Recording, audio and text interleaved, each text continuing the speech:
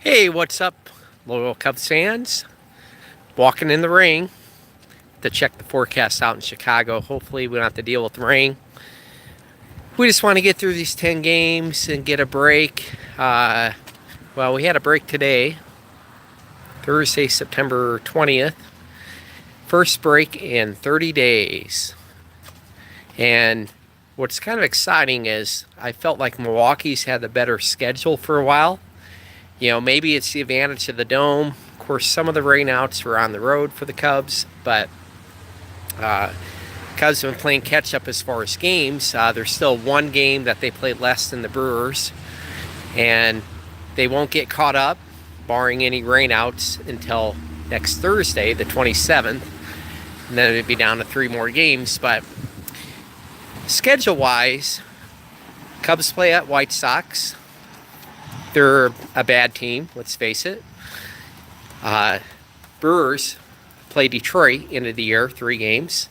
They're a bad team. Granted, they did beat St. Louis 2 games, so you never know. And the other opponents, or common opponents, both Cubs and Brewers are going to play games against Pittsburgh and the Cardinals. But advantage to the Cubs is we have those teams at home. Brewers have those teams on the road.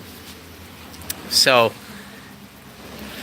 for the first time in a while, I feel like Cubs have the scheduling advantage. But some say, oh, excuses, blah, blah, blah, blah, blah. Well, Cubs did go 18-11 in a 30 games in a row stretch of either playing or preparing like you're going to play and sitting around for 3-4 hours until the game gets rained out type of atmosphere. Still pretty impressive. Our bullpen's been the best, believe it or not, ERA wise, all year. And that's without Morrow half the year. And Strop, his hamstring injury, hopefully he can come back. But we got Chavez, Cishek, have some guys doing things. Even De La Rosa's holding his own. Edwards, overall a good year. I know he'll have 2 or 3 games where you're like, why can't you throw a strike? But life of the bullpen. We need guys like Baker Mayfield. Wow, was he amazing? He comes in first game, dominates. I know it's a different sport, but I was hoping Cubs would have called up that Dakota. Maybe they think he's so good they're going to wait till the clock starts middle next year. There are different business decisions. It's not always like the best guys that come up. We've seen that with Kris Bryant. We'll wait till the 8th, 9th game or 10th or whatever it was. Different business decisions. It will save us money for a year before we have to pay him good money. And it makes sense because, like Kris Bryant was Rookie of the Year, was MVP. First year of arbitration this year, they're paying him $11 million. So if they didn't hold him back, they could have been paying him $11 million a year sooner.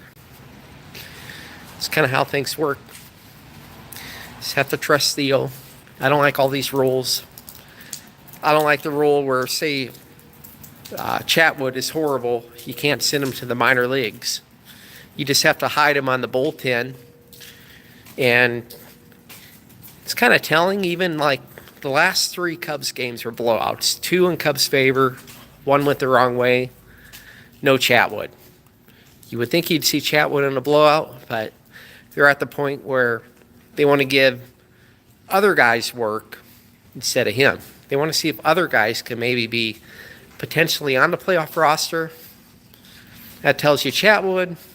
They're at the point where they don't want to just pay him to do nothing, which that's what he's doing now. But I guess they're thinking maybe in the offseason they could work with him more, see what happens if they can get some value out of his last 2 years of his contract, if he can do something. I don't know.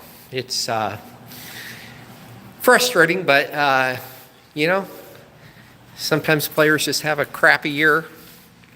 We'll see if they can get more out of his 3-year contract than this 1 year. Man, I wish Dylan Maples could really get it going, because that guy, my TV moves 100 miles per hour. Wow. I think the only a couple exciting baseball games, you know, it's kind of an off day by most teams. You had the Yankees and Red Sox, and that was going. I think the most exciting thing is former Cubs Chatwood. He had a key strikeout, and then he gives up a 3-run homer by Mookie Betts. And I'm thinking, man, can you imagine Game 7, World Series, Cubs and the Red Sox? Who would not want to see that? Mookie Betts gets up against Strop. A lot of guys early in the year or last year think Strop. A lot of people tell me Strop raises their blood pressure. And some people criticize the 3-year signing last year. And, you know, statistically, he's above average ERA guy.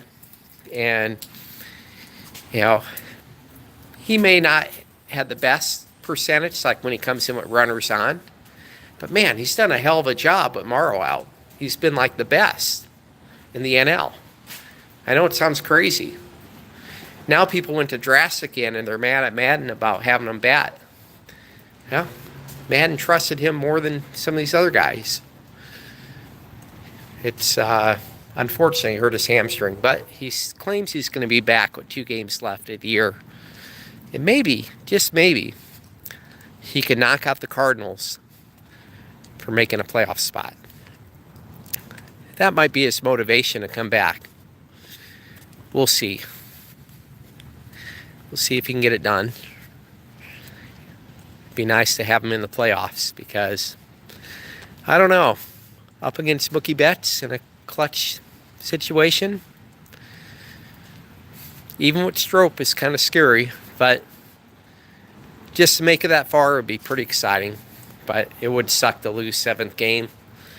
It may turn you into a downward spiral, like what we've seen with Darvish, that he feels his kids are going to get harassed because he did horrible in the World Series last year. But it's what happens. It's what happens. I don't know. You hate to be that LeBron James and be second, but it's still a big accomplishment. I'll tell you, though, if somehow Madden and Theo can pull this off, Darvish, Morrow, Strop, Bryant out half the year, we're already looking pretty good to be the number 1 seed in the NL. And then chances are you play Milwaukee, and then I'll say Dodgers, because Dodgers are playing pretty good. Unless Braves can consistently get their head out of their butt. But I don't know. I think Cubs are the 3-1 favorite to make the World Series. I mean, it makes sense. It's one of those weird years where no team over 100 wins in the NL. Versus the AL, you have like some dominating teams. Doesn't matter, though. You still have to play great in October. Can have a great regular season. Now, I think Madden, he kind of plans things to sacrifice a few losses here and there to be at their best in October. We're going to love him if he does it. Got to understand he's a mad scientist. Let's go Cubs.